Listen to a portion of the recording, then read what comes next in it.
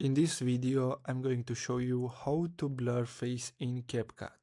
So the first step is to duplicate your video. So simply select it and then simply tap on duplicate.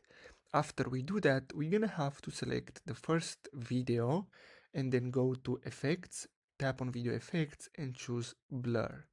After we do that, we're gonna have to go to the second one, which doesn't have the blur effect on, tap on it and then choose overlay. So you're gonna have to select overlay and simply move this across the timeline and make sure it's in the same direction with the one with the blur.